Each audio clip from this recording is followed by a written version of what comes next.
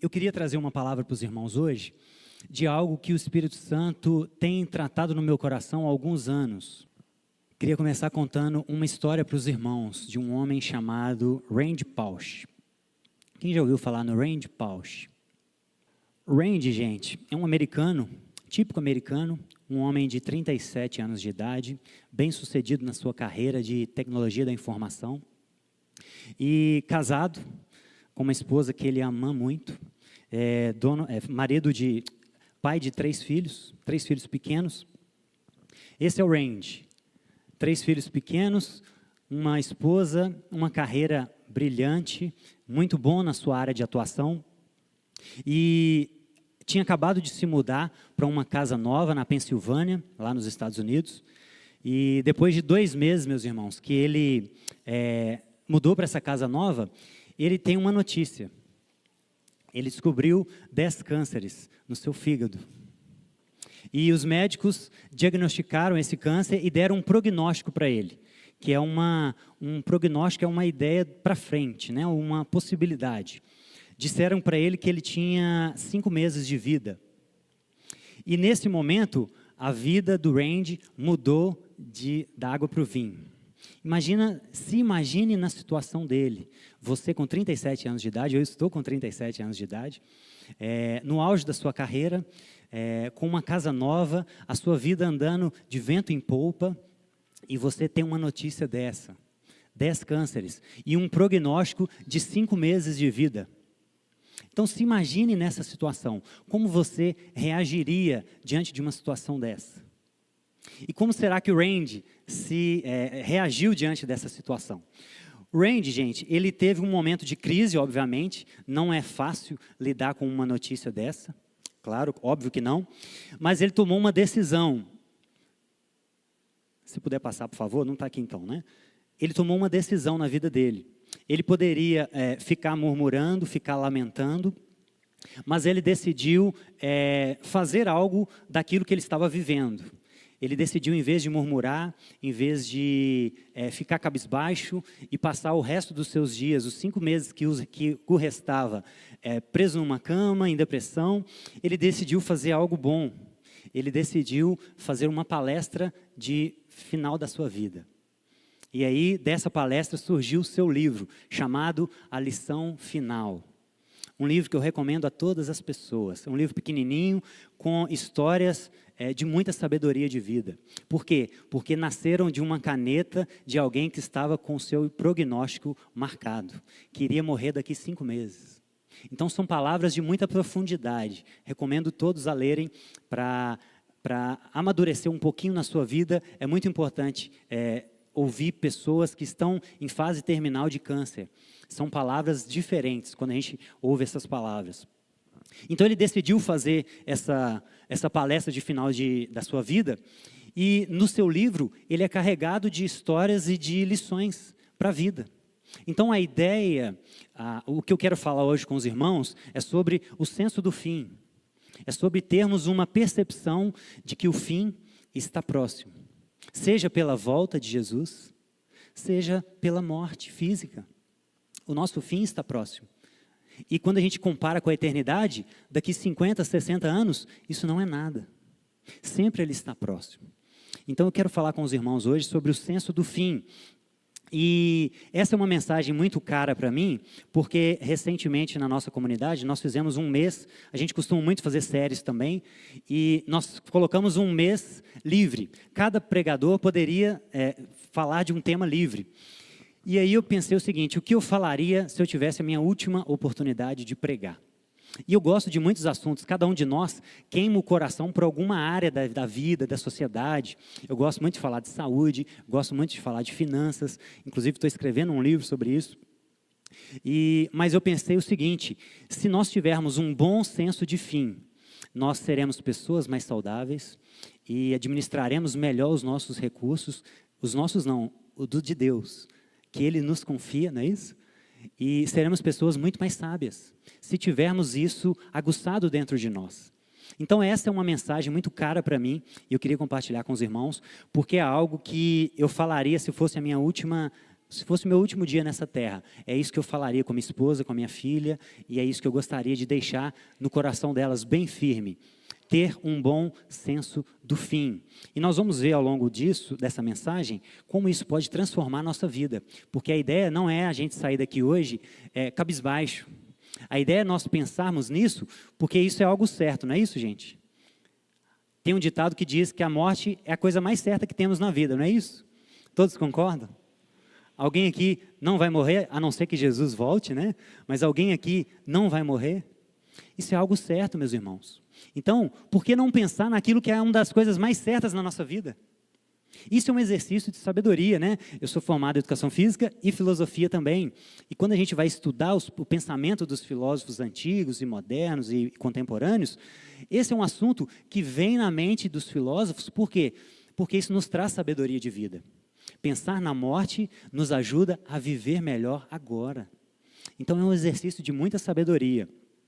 E quando eu vejo a Escritura, meus irmãos, eu gosto um pouco de estudar a Escritura, eu vejo que Jesus, ele deixou um ar de iminência. Não é isso? Quando perguntaram para Jesus, Jesus, quando será a sua vinda? Ele falou, olha, eu não sei, nem eu, ninguém sabe, nem os anjos, nem eu, somente o Pai. Então ninguém sabe o dia da volta de Jesus e ninguém sabe o dia da sua própria morte. Deus não revelou. Deuteronômio 29 diz que as coisas ocultas são do Senhor, mas as reveladas pertencem a nós. Então o dia da nossa morte, Deus não revelou. Ninguém sabe o dia que vai morrer. Ninguém sabe. E também ninguém sabe o dia que Jesus vai voltar. Muitas tentativas houveram ao longo da história, inclusive a denominação dos adventistas surgiram de uma tentativa de prever a volta de Jesus. E aí todas as pessoas subiram num monte achando que seria naquele dia, e aí na hora marcada pelo líder deles, Jesus não voltou. E aí aquelas pessoas, muitos se desviaram, e aqueles que ficaram desanimados, mas queriam entender melhor porque eles tinham errado as suas contas, eles foram estudar a Bíblia e surgiu a Igreja Adventista do Sétimo Dia. Então, já existiram ao longo da história muitas tentativas de prever a volta de Jesus. Mas Jesus foi muito claro em Marcos capítulo 13, quanto ao dia e a hora, ninguém sabe. Nem os anjos no céu, nem o Filho, senão somente o Pai. E, além de não sabermos, Jesus deixou um ar de iminência. Quando perguntaram para ele, lá em Atos, capítulo 1, perguntaram para ele, Senhor, é agora que o Senhor vai restaurar o reino de Israel? E Jesus disse, não compete aos homens saber o tempo, nem o modo. E o ar de iminência que ele deixa, está lá em Marcos capítulo 13 também, no versículo 30, quando ele diz o seguinte,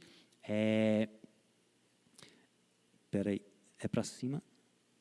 Ele diz o seguinte, não passará esta geração antes que aconteçam essas coisas.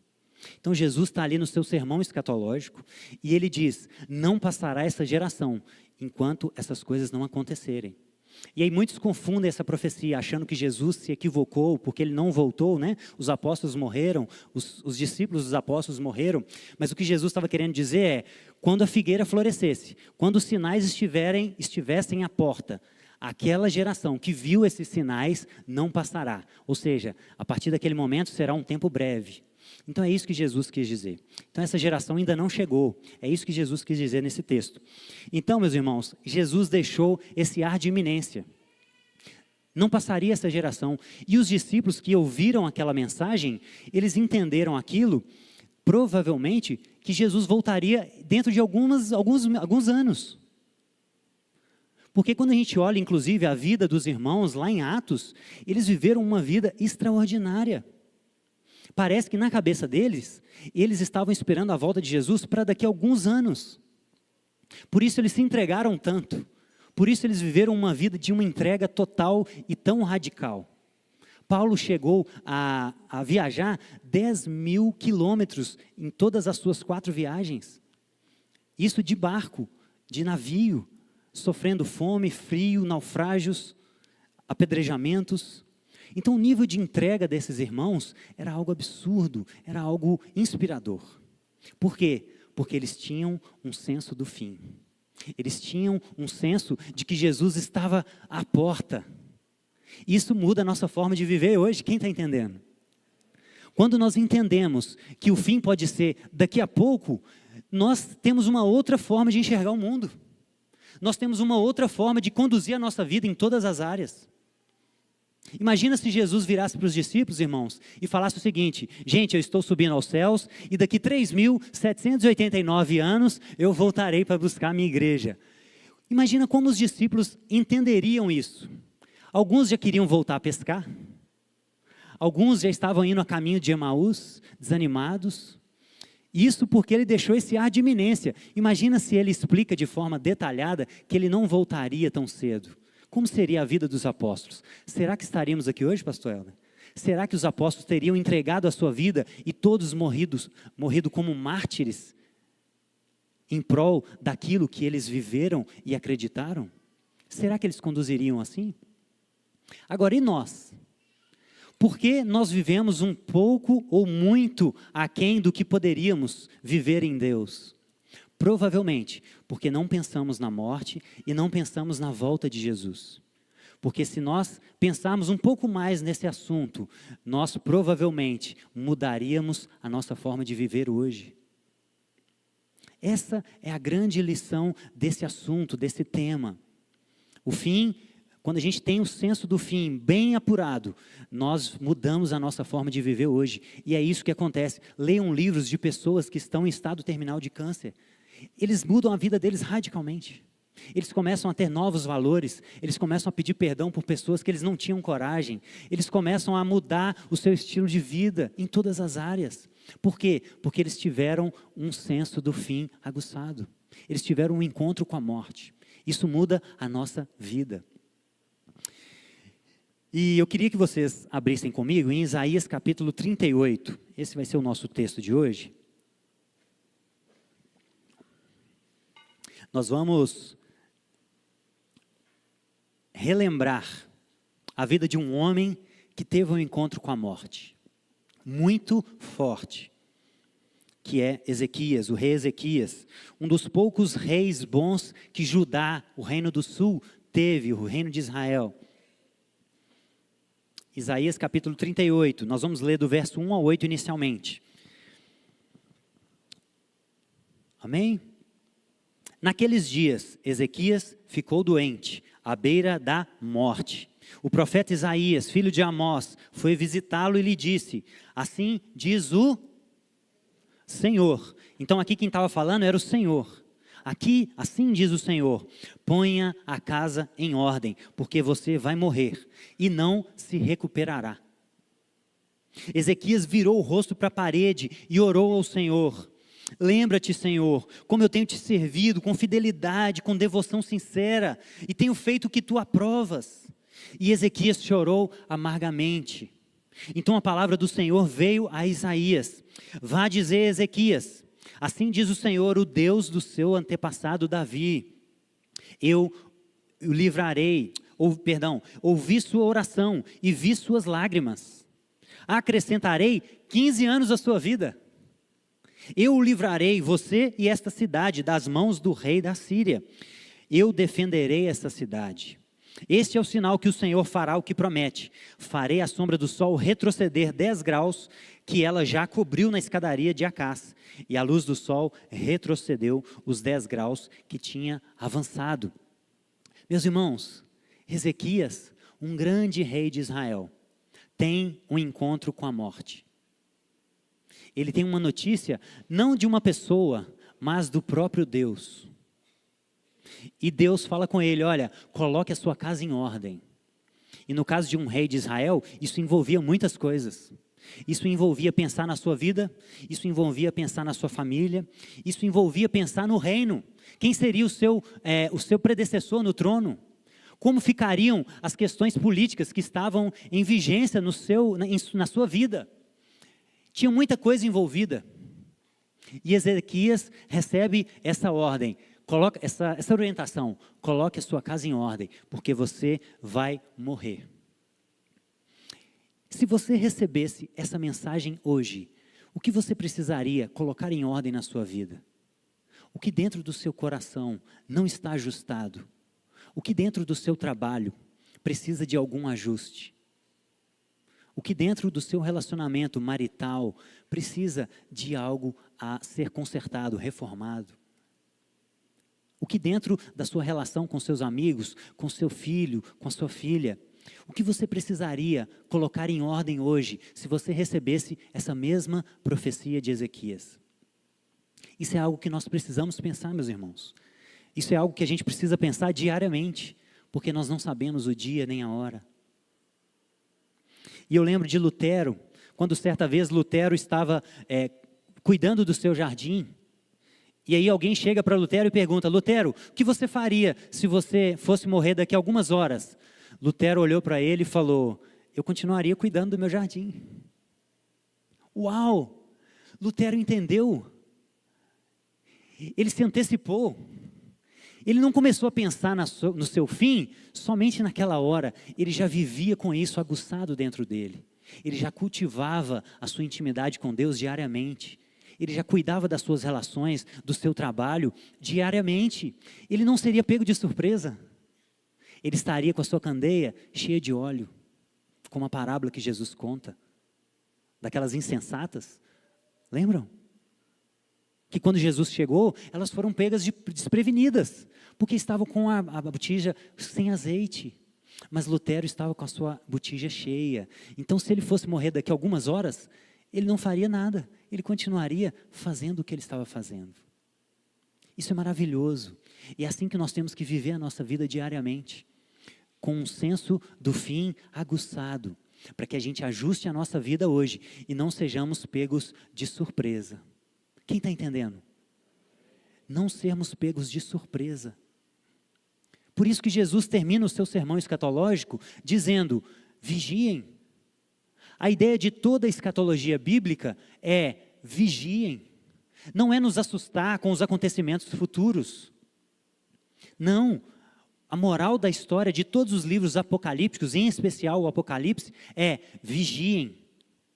Essa é a tônica. Por quê? Porque não sabemos a hora.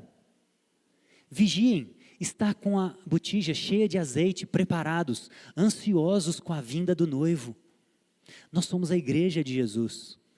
E a igreja precisa estar ansiosa pela volta do noivo. Uma noiva despreparada fica do lado de fora batendo na porta, como diz a parábola. Então Ezequias teve esse encontro com a morte. E no verso 2, ele ora a Deus. Essa é uma segunda lição que a gente pode tirar desse texto. Ezequias não entendeu Deus como Ele entendeu Deus da maneira correta. Ele entendeu que por mais que Deus seja soberano, nós temos responsabilidade. E ele ora a Deus. Ele recebeu um decreto do próprio Deus. Você já pensou nisso? E ele fala o seguinte: Senhor, por favor, lembra de tudo que eu já fiz pelo Senhor. E o mais engraçado, e o mais instigante, Deus ouviu ele, irmãos. Deus ouviu a oração dele. Então nós não podemos ficar imaginando, existe a soberania de Deus e existe a responsabilidade humana. A nossa ação tem que ser voltada naquilo que Deus nos orienta, que é bater, insistir, orar, jejuar. Isso que cabe a nós. Nós não podemos ficar nos colocando da posição soberana de Deus para tentar agir pensando na soberania de Deus. Nós temos que agir de acordo com o que Deus nos orienta. Orem, batam a porta. Quem pede, recebe. É isso que temos que fazer. Deus nos orienta a nós vivermos com responsabilidade, com iniciativa. Jesus em vários momentos foi, entre aspas, porque Deus nessa esfera, Ele não é pego de surpresa. Óbvio que não. Deus já sabia desde a eternidade que Ezequias iria orar. Então Deus ali não estava sendo pego de surpresa, mas Ele agiu em conformidade com a responsabilidade humana. Ezequias pensou o seguinte: cabe a mim pedir, bater, insistir. E ele fez isso e foi respondido. Ganhou 15 anos de vida. Já imaginou ganhar 15 anos de vida? Como que não foi a vida de Ezequias nos próximos 15 anos? Provavelmente totalmente diferente depois desse encontro com a morte. E nós vamos ver ao longo desse texto algumas coisas que ele fez que dão essa ideia de que ele amadureceu, porque ele teve um encontro com a morte. Então, eu lembro de uma frase muito interessante: ore como se tudo dependesse de Deus e haja como se tudo dependesse de nós. É isso. Esse é o resumo da Escritura. Nós sabemos que Deus é soberano, mas esse Deus soberano nos disse: batam, insistam. O que pede, recebe. É claro, João vai complementar nas suas cartas: quem pedir algo que estiver de acordo com a vontade de Deus, receberá. Mas isso é um processo de amadurecimento. Quando nós conhecemos a Deus e vamos tendo intimidade com Deus, os nossos pedidos vão se adequando à vontade dEle. Uma criança pede algo para o pai que às vezes não faz muito sentido, mas o pai respeita essa criança.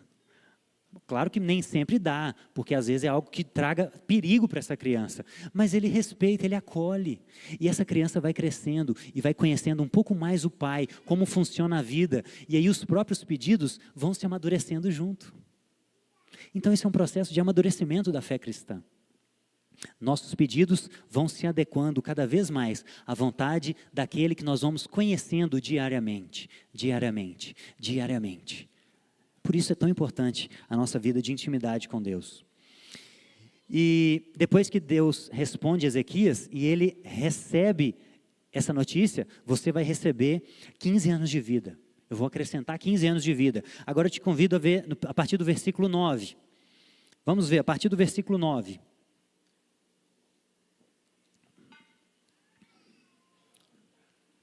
Depois de se recuperar dessa doença, Ezequias, rei de Judá, escreveu o seguinte: eu disse, no vigor da minha vida, tenho que passar pelas portas da sepultura e ser roubado do restante dos meus anos? Eu disse, não tornarei a ver o Senhor na terra dos viventes, não olharei para a humanidade, nem estarei mais com os que agora habitam no mundo.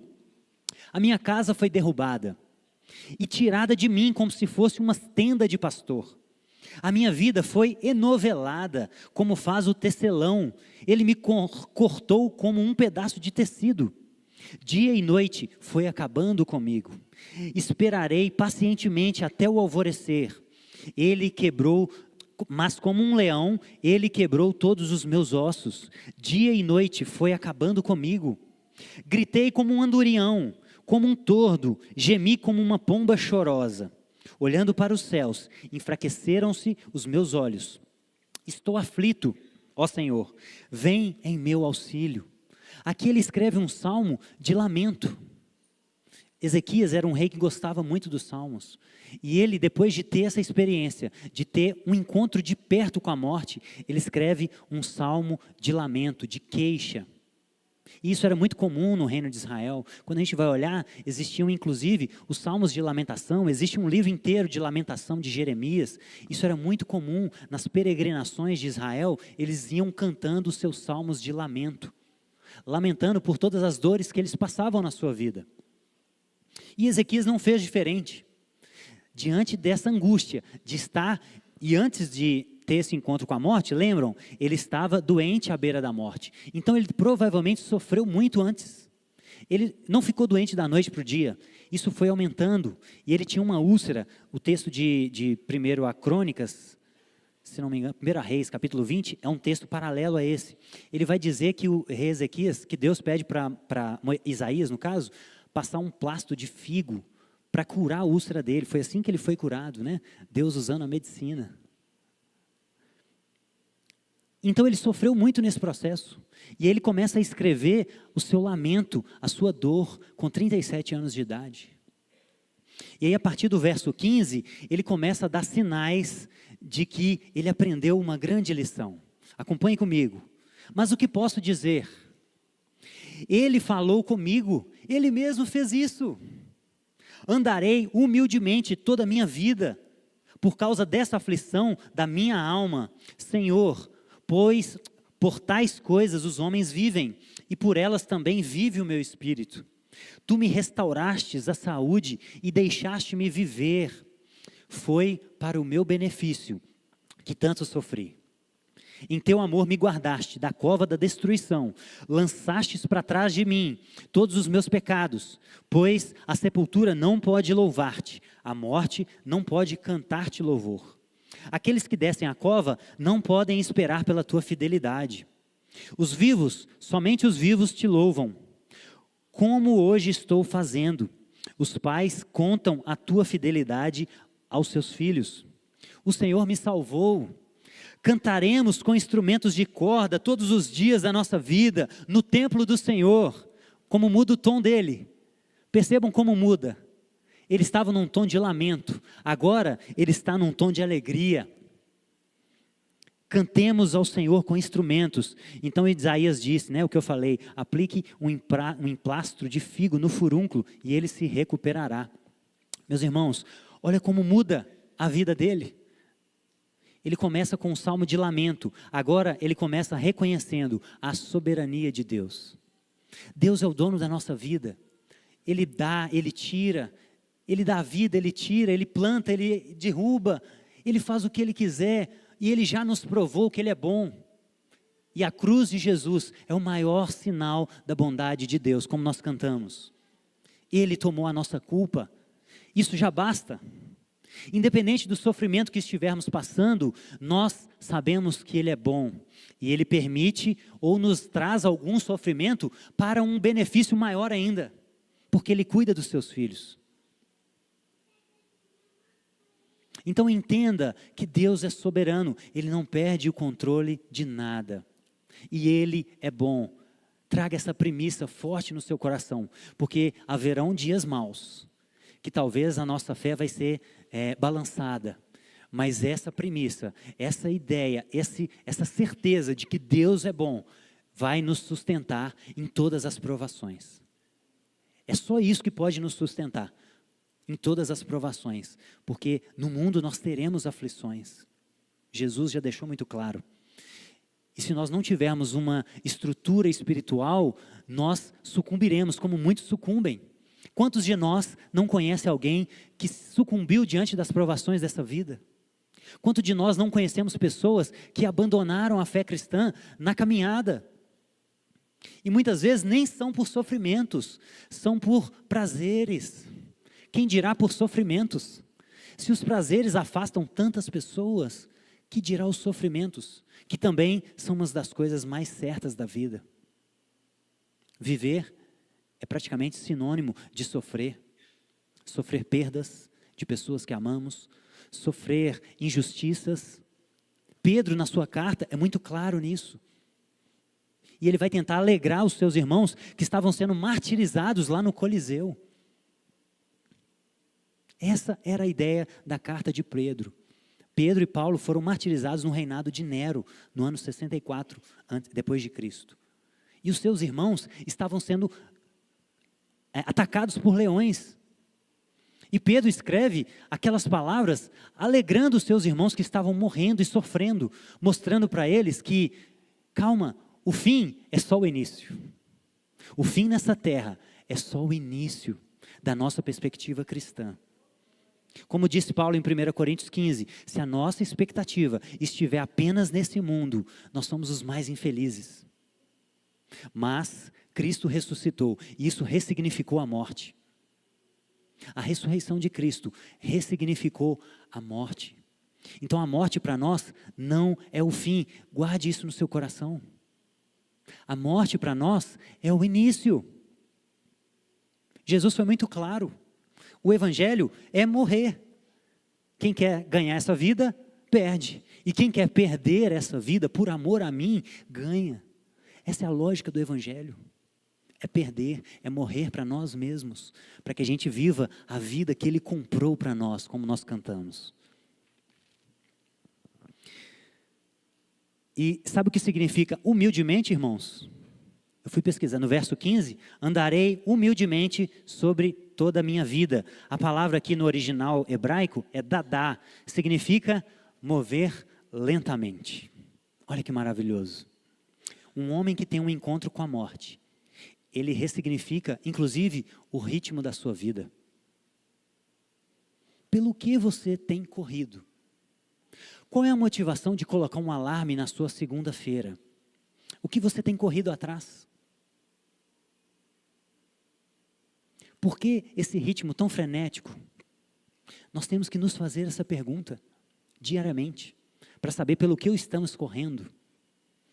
Se é uma corrida que vamos receber uma coroa para a vida eterna, ou se é uma corrida que vamos receber somente uma coroa, como Paulo falou nas suas cartas, uma coroa de flores humanas. Pelo que temos corrido.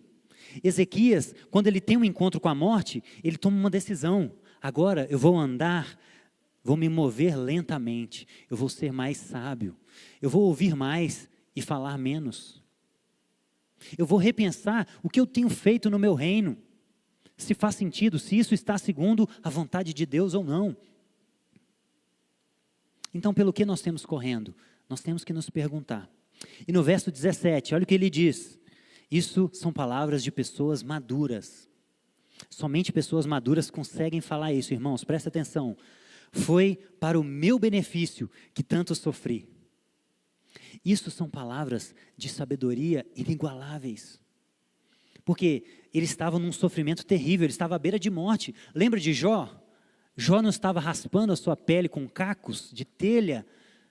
Ele estava com um furúnculo, não se sabe se é num lugar só ou se em vários lugares, mas ele estava sofrendo, como Jó. E ele conseguiu pegar tudo aquilo que ele estava sofrendo e falou o seguinte: eu confio no meu Deus. Eu sei que Ele é bom. A sua misericórdia dura para sempre. Ele não falhou com ninguém na história e nunca vai falhar, porque Ele falharia comigo. Então, foi para o meu benefício, Senhor, que eu tanto sofri. Ele tirou essa lição preciosa para a sua vida. E Randy disse as seguintes palavras na página 9 do seu livro. Olha que palavras de sabedoria.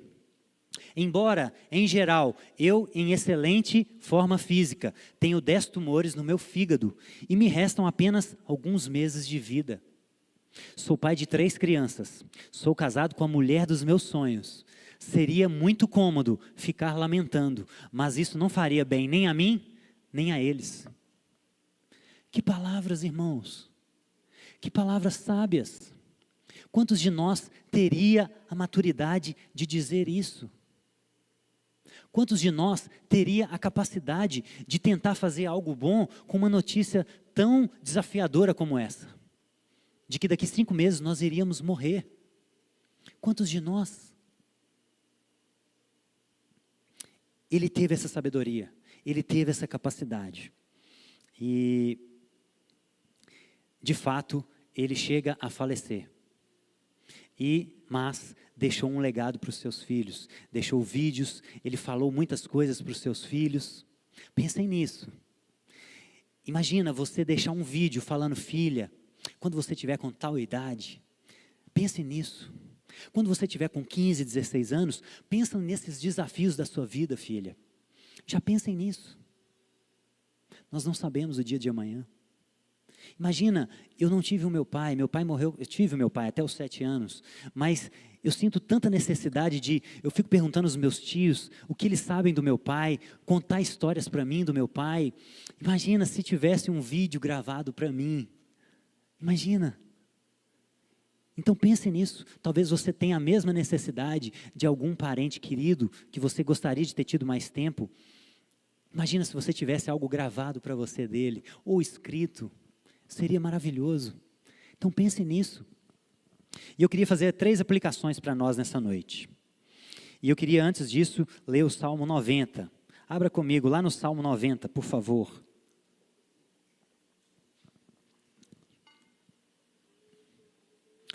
Salmo 90, a partir do verso 10. O salmista aqui, meus irmãos, está falando de senso do fim. Olha que interessante. Os anos de nossa vida chegam a 70 ou a 80 para os que têm mais vigor. Entretanto, são anos difíceis e cheios de sofrimento. Pois a vida passa devagar. Passa como? Rapidamente. Olha o salmista falando sobre o senso do fim, irmãos. A vida passa rapidamente e nós voamos. Nós voamos. Quem conhece o poder da tua ira? pois o teu furor é tão grande como o temor que te é devido. Verso 12, ensina-nos a contar os nossos dias, para que o nosso coração alcance sabedoria. Olha que maravilhoso. O salmista faz uma ligação entre saber viver, saber contar os nossos dias e a sabedoria. São coisas que estão totalmente ligadas. É uma atitude muito nécia viver como se não fôssemos morrer. É muito nécio, porque essa é uma das poucas coisas que nós temos certeza nessa vida. Agora, em vez de lamentar, podemos fazer como Randy. Podemos tirar o maior proveito disso. Podemos fazer uma transformação na nossa vida hoje. E é isso que eu queria aplicar em algumas áreas da nossa vida. E quando o salmista vai dizer aqui, contar os nossos dias, no verso 12, sabe o que significa essa palavrinha? Olha que interessante. Ela tem 3 significados: calcular, numerar e preparar.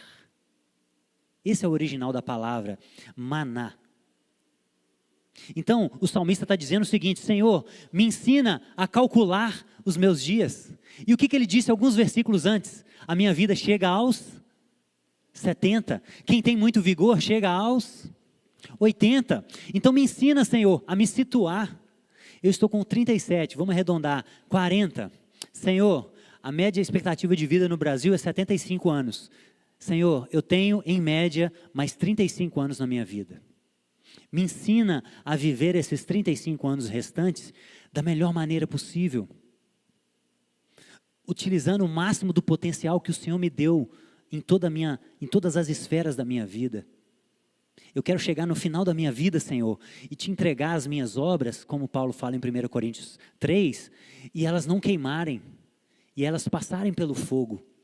Eu quero que as minhas obras, Senhor, sejam provadas e aprovadas pelo teu fogo. Então o salmista está falando a nos ensinar a calcular. Todo mundo fazendo conta. Todo mundo fazendo conta. É isso. 30, 40. O que são 80 anos, irmãos? Pense nos seus avós. Você conhece os seus avós? O que você sabe dos seus avós? A vida passa rápido. A vida passa como um sopro. Eu fiz questão de tatuar isso aqui, para eu lembrar todos os dias que eu voltaria ao pó voltarás. Por quê? Porque todos os dias eu acordo e lembro que eu vou voltar ao pó e eu falo, eu preciso ser melhor hoje, um melhor esposo, um melhor pai, um melhor servo de Deus, um melhor presbítero, um melhor personal, um melhor filósofo. Eu preciso ser o melhor de mim, em todas as áreas. Eu preciso dar o meu melhor, porque Ele deu o melhor dele por mim. Isso é sabedoria, é ajudar a calcular e preparar. Não só calcular, mas preparar. Senhor, ajuda-nos a preparar o nosso fim. Ajuda-nos, Senhor. É isso, meus irmãos. E a primeira área e a mais importante da nossa vida, comunhão com o Pai. Como seria se você soubesse que morreria daqui a alguns meses, ou daqui 1 ou 2 anos? Como seria a sua vida com Deus?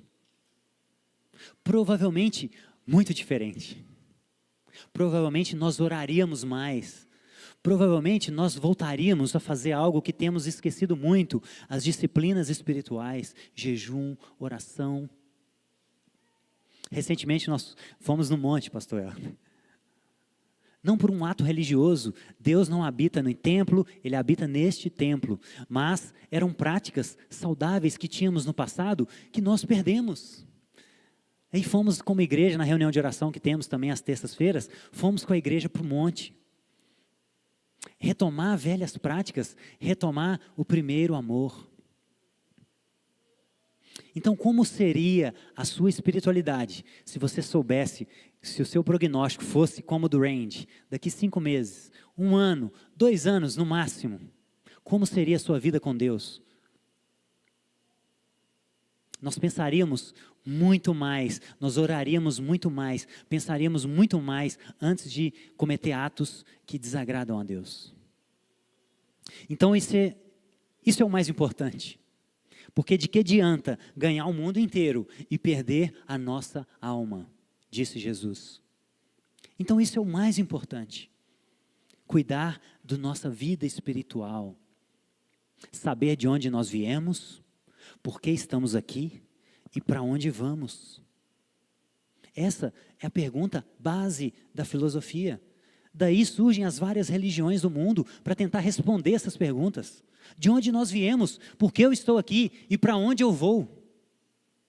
E nós, como cristãos, sabemos de tudo isso. Sabemos de quem viemos.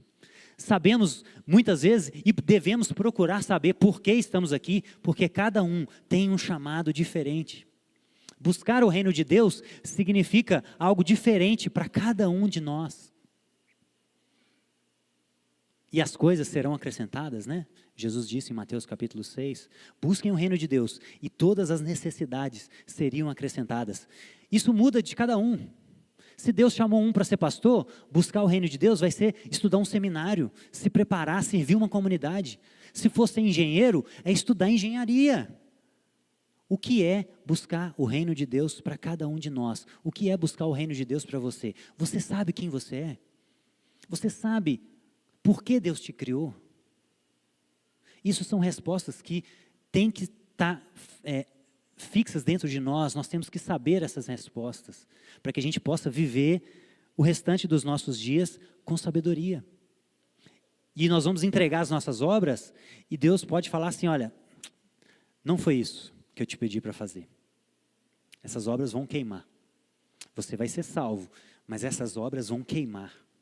Como Paulo fala em 1 Coríntios 3. Não é isso que nós queremos. Nós queremos entregar as nossas obras com toda a nossa força. Pai, eu me dediquei a fazer aquilo que o Senhor me chamou para fazer. E isso é uma matéria de vocação.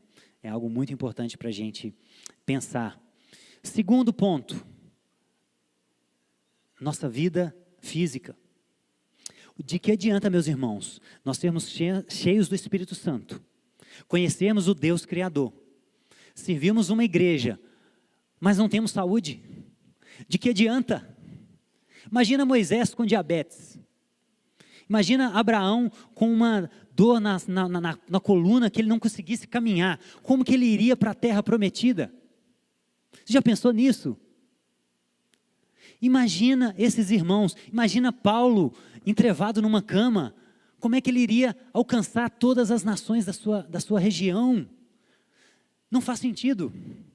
Por isso, o lema da minha vida de trabalho é saúde integral. Né? O meu Instagram, meu canal no YouTube é Bruno Saúde Integral. Por quê? Porque não adianta conhecermos a Jesus e não termos saúde para servi-lo com toda a nossa força. Não foi isso que Jesus falou? Ame a Deus com toda a sua força. Mas muitas vezes nos falta força. E muitas vezes nós podemos morrer antes da hora, sim. Nós podemos adiar algo que Deus tinha planejado para ser muito mais próspero, a nossa vida muito mais próspera, inclusive em anos. E nós podemos adiantar essa morte prematuramente. E imagina você entregando para Deus, Deus, eu te entrego aqui os meus 45, 50, 60 anos de vida. E Deus olha e fala assim, mas eu planejei 80. Como assim? O que você fez? Ah, Senhor, não fiz nada. Exatamente por isso. Você não fez nada.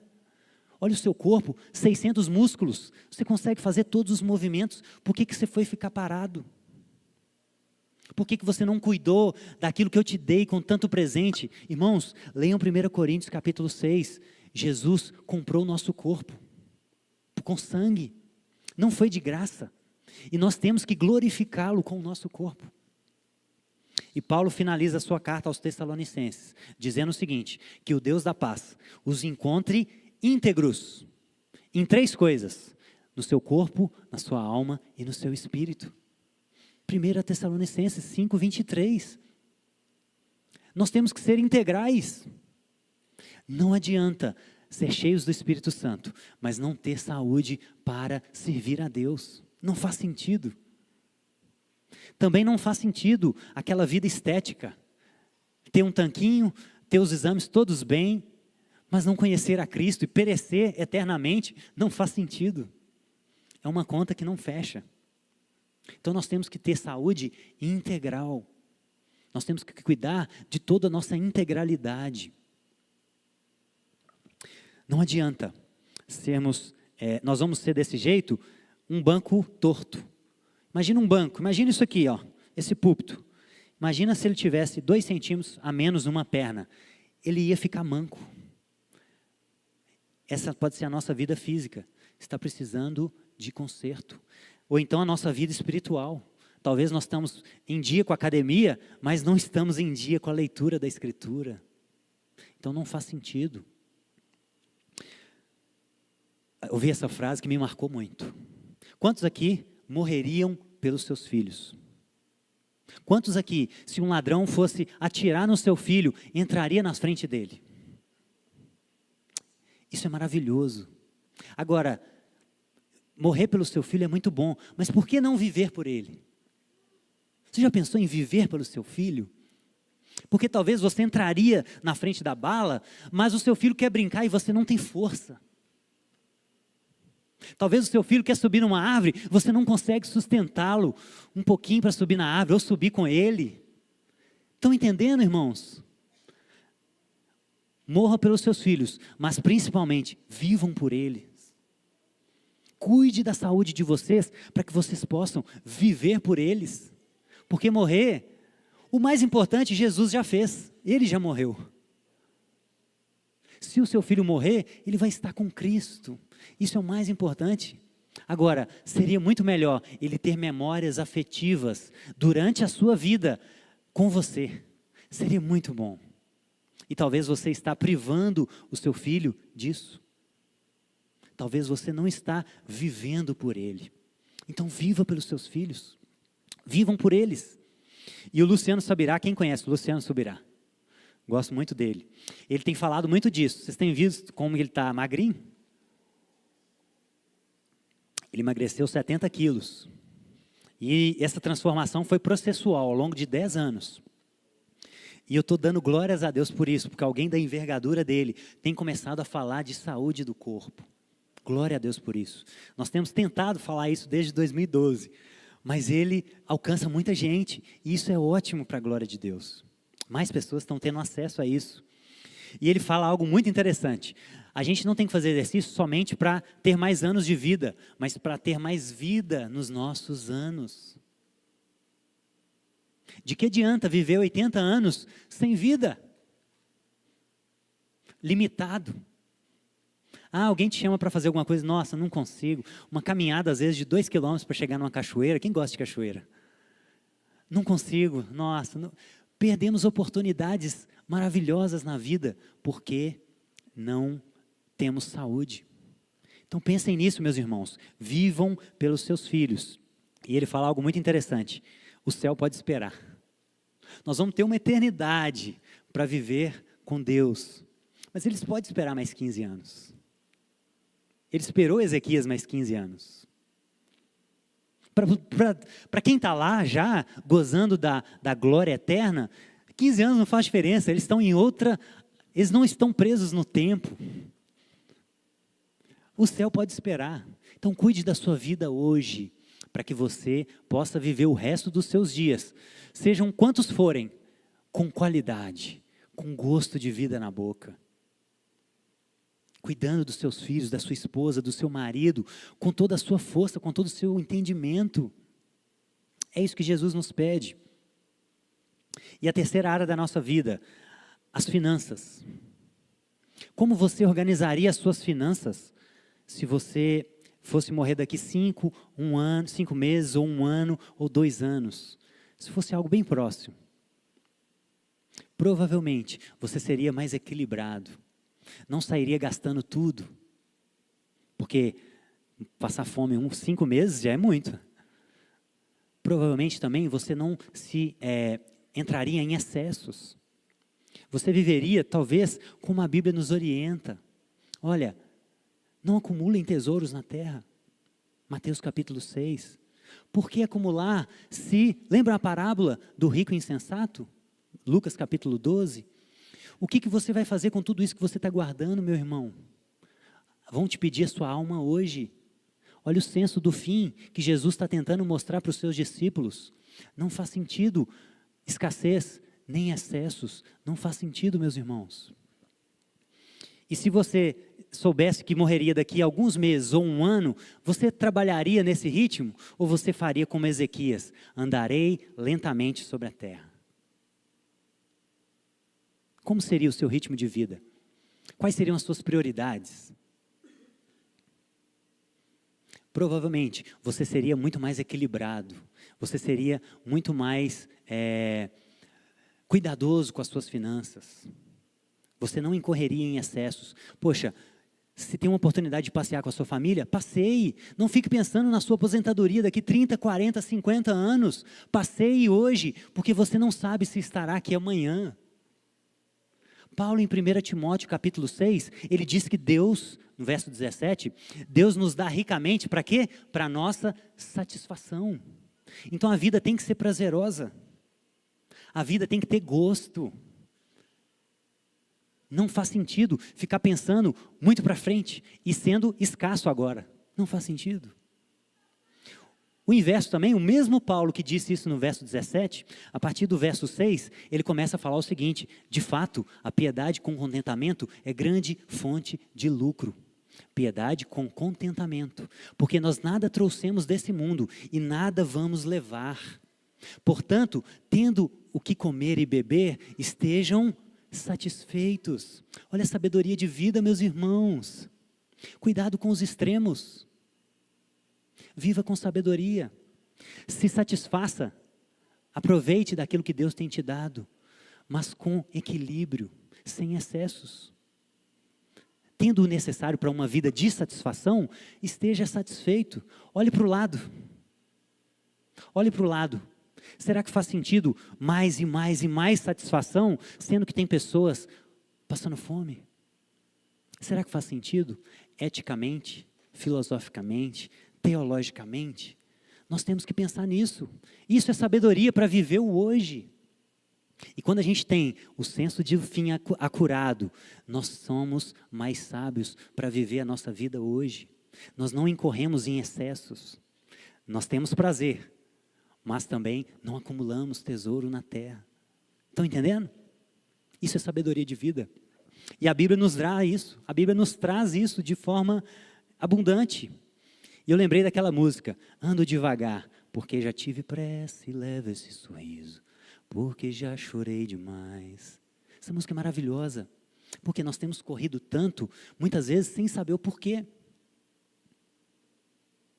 Muitas vezes sem saber o porquê. E pessoas que têm um encontro com a morte mudam radicalmente a sua vida. Tem um homem chamado Tom Shadyac. Ele tem um documentário chamado I Am. Ele foi diretor dos filmes do Jim Carrey. Era um homem muito bem sucedido financeiramente. E um dia caiu de bicicleta, bateu sua cabeça, ficou à beira da morte. Procurem esse documentário, I Am. Sensacional. Assim como esse livro, a lição final. E aí, ele foi livrado da morte. Ele teve um encontro com a morte e foi livrado da morte. E aí ele mudou a vida dele radicalmente. Ele tinha uma vida de excessos. Ele começou a olhar à sua volta e começou a pensar o seguinte: será que faz sentido tudo isso que eu tenho, se tem pessoas passando necessidade? Ele começou a vender as coisas que ele tinha, que eram excessivamente, começou a viver uma vida mais simples, ir para trabalhar de bicicleta, começou a fazer esse documentário e transformou a sua vida. Hoje ele passa o mundo, rodando o mundo, dando aula sobre o que ele aprendeu com o encontro com a morte. Isso mudou a vida dele. Mas, queria finalizar com uma pergunta: por que precisamos de um câncer? Para nos fazer virar essa chavinha. Se a gente sabe que daqui a pouco ou Jesus morre, vem, volta, ou nós morremos. Nós não precisamos de um câncer. Não precisamos estar numa cama em estado terminal de câncer para pensar nisso e para mudar a nossa vida hoje. Não precisamos.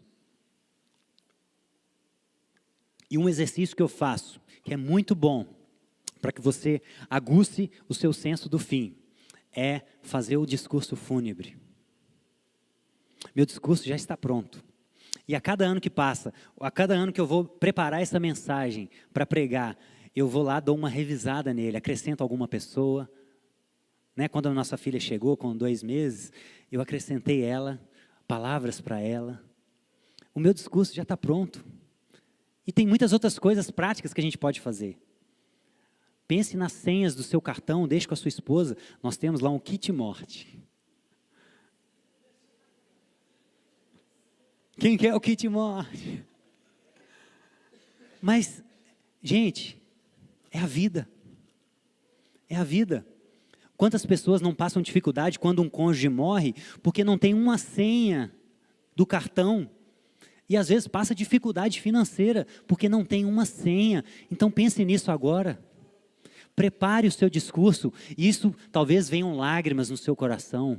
Talvez venham palavras que você nunca teve coragem de dizer. Perdões que você nunca teve coragem de dar. Talvez nesse momento de digitar essas palavras, você vai ser curado de muita coisa. Isso pode mudar a sua forma de viver hoje. E eu queria ler, antes de ler, relembrar a vocês que Deus deixou esse ar de iminência para que a gente ande sempre com a botija cheia de óleo. Se Jesus voltar hoje, como você seria encontrado? Essa é a tônica. É isso que eu quero que vocês gravem. Se vocês forem morrer daqui a pouco, ou se Jesus voltar daqui a pouco, como vocês seriam encontrados hoje? Isso é o mais importante. E talvez essa ideia de morte, ela seja muito agressiva para muitos de nós. Muitos de nós talvez tenhamos dificuldade com a morte. E faço uma pergunta honesta para você, por que disso? E várias respostas são possíveis. Talvez você ainda não conhece Jesus de fato. Porque, meus irmãos, não nos enganemos. A apostasia dos últimos dias, ela será não de pessoas virando ateias e tirando a roupa no meio da rua. A apostasia dos últimos dias serão pessoas que estarão, como Paulo disse em 1 Tessalonicenses, com ar de piedade, mas negando o poder de Deus. A apostasia dos últimos dias serão pessoas que estarão no nosso meio. E Jesus já deixou isso muito claro, existe joio no nosso meio. Então, não se engane, eu me enganei 20 anos da minha vida. Eu tenho quase 40. A metade da minha vida foi na religiosidade. Eu ia para a missa, minha mãe obrigava a ir na missa por obrigação. Eu nunca tinha lido a Bíblia. Imagina um cristão, 20 anos, que nunca leu a Bíblia. E aí um dia, Jesus me encontrou, eu me rendi a Ele, no dia 14 de fevereiro de 2007. E desde então, eu tenho servido Ele com toda a minha força. E espero servir Ele até o fim dos meus dias. Mas eu tive 20 anos de religiosidade. Se alguém me perguntasse na rua, você crê em Deus? Creio. Você vai para o céu? Claro, porque eu creio em Deus. Mas eu não conhecia o texto de Tiago, que diz que até os demônios creem e tremem. Lembrem? Tiago, capítulo 2. Até os demônios creem em Deus. Então, crer em Deus não coloca ninguém num patamar muito alto, meus irmãos.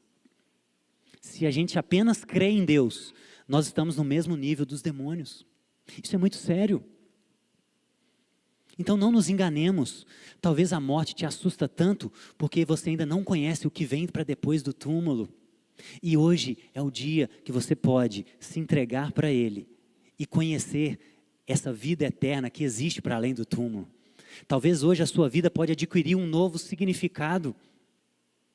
Talvez você veio aqui hoje por algum convite de alguém, e como eu também fui, como eu fui convidado, e naquele dia mudou a minha história. Eu conheci a vida eterna, que até aquele momento eu era religioso. Eu achava que era cristão, mas não era. Lembra em Mateus capítulo 7? Muitos naquele dia me dirão, Senhor, nós fizemos milagres, nós profetizamos. E Jesus vai olhar para essas pessoas e vai falar, nunca vos conheci, afastem-se de mim. Então não é só crer. E também tem aqueles que creem, fazem até milagres, profetizam, mas o coração não foi entregue. Então, independente se você nunca ouviu falar de Jesus, você também, se está numa igreja há muito tempo, você precisa sondar o seu coração. Porque talvez você ainda não se entregou de fato. Talvez você era como eu, apenas um religioso. Como Jesus criticou tanto os religiosos. E eu queria finalizar com o último texto. João capítulo 11. Porque essa não é uma mensagem de desânimo. Essa é uma mensagem de esperança. Pensar sobre a morte não é para nos desanimar. Pensar sobre a morte é para mudar a nossa vida agora. É totalmente prático. Essa é uma mensagem totalmente prática. João capítulo 11. Vejam que palavras maravilhosas de Jesus. João capítulo 11, verso 25. Disse-lhe Jesus: eu sou a ressurreição e a vida. Aquele que crê em mim, ainda que morto, viverá. E quem crê em mim, e quem vive e crê em mim, não morrerá eternamente. Você crê nisso? Irmãos, por isso que Jesus é tão grande. Nenhum líder religioso pôde falar essas palavrinhas: eu sou. Isso aqui é um acróstico para o nome de Deus. O Deus que se revelou a Moisés. Eu sou. Só Jesus pôde falar isso. Só Jesus pôde falar isso. Eu sou. Antes que Abraão existisse, eu sou. Porque ele é o próprio Deus encarnado. Ele não é um líder religioso. A fé cristã não é uma religião. A fé cristã é um relacionamento com o Deus Criador. É algo vivo. Não é um conjunto de regras para você viver bem nessa terra. É uma oportunidade de você ganhar a vida eterna. É algo totalmente diferente. Jesus é único por isso. E uma frase do Hernandes Dias Lopes me marca muito sobre isso. Ele diz o seguinte, grava isso: quem nasce apenas uma vez, morre duas. Mas quem nasce duas vezes, morre uma. Deixa eu explicar. Se você apenas nasceu na maternidade de forma física, mas não nasceu da água e do Espírito, você vai morrer duas vezes. Você vai morrer fisicamente e vai enfrentar a segunda morte. Mas se você nasceu na maternidade fisicamente e hoje está disposto a nascer do Espírito, você vai morrer só uma. Vocês estão entendendo o tamanho da grandeza do Evangelho de Jesus Cristo? Jesus não é uma religião, Jesus é uma pessoa, e Ele quer cada um de nós aqui nessa noite, genuinamente. Então comece a pensar na morte, para que você viva melhor. Eu queria te convidar a ficar de pé, para que nós orássemos e finalizássemos.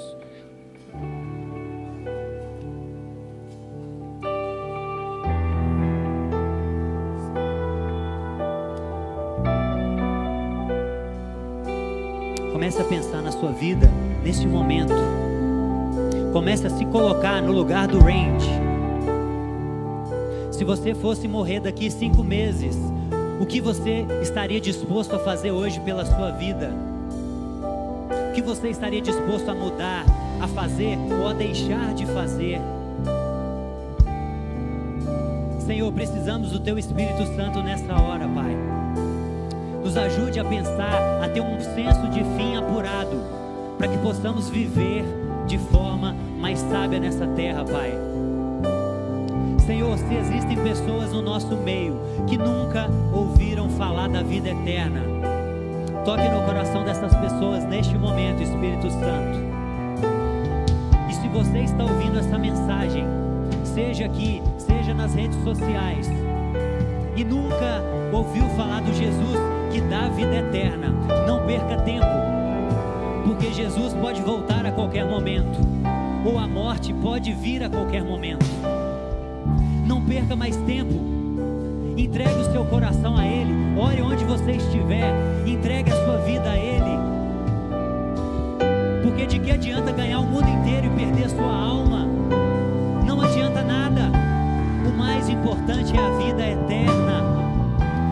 você está há muitos anos numa igreja, mas tem medo excessivamente da morte e não consegue pensar nesse assunto, repense a sua vida. Repense se você não é apenas um joio no meio do trigo. E se entregue de fato a Deus nessa noite. Por favor, Espírito Santo, toque corações nessa noite. Traga salvação, traga esperança para além do túmulo nessa noite, Pai. Nós precisamos da Tua intervenção nessa noite. Em nome de Jesus, Pai. Em nome de Jesus, venha sobre nós, venha quebrantar os nossos corações, para que possamos reconhecer que somos finitos. A morte está à porta, seja pela sua vinda, seja pela morte física. Nos ajuda a mudar a nossa vida, Pai. Nos ajuda a transformar a nossa vida. Nos ajuda a enxergar a vida de uma forma nova e ressignificar toda a nossa existência. Em nome de Jesus, Pai. Nos ajuda a enxergar o nosso cônjuge de forma diferente a partir de hoje. Fazer coisas que nunca fizemos por ele. Fazer coisas pelos nossos filhos que nunca fizemos. Ter a coragem de fazer aquilo que o Senhor nos pediu para fazer como um trabalho nessa terra, e não aquilo que está em alta, o que é rentável. Nos ajuda a cumprir a Tua missão nessa terra, Pai. Em nome de Jesus. Livra-nos da religiosidade, Pai. Livra-nos da religiosidade. Livra-nos da ignorância espiritual, Senhor. E nos ajude a encontrar a vida eterna nessa noite. Em nome de Jesus. Eu vou construir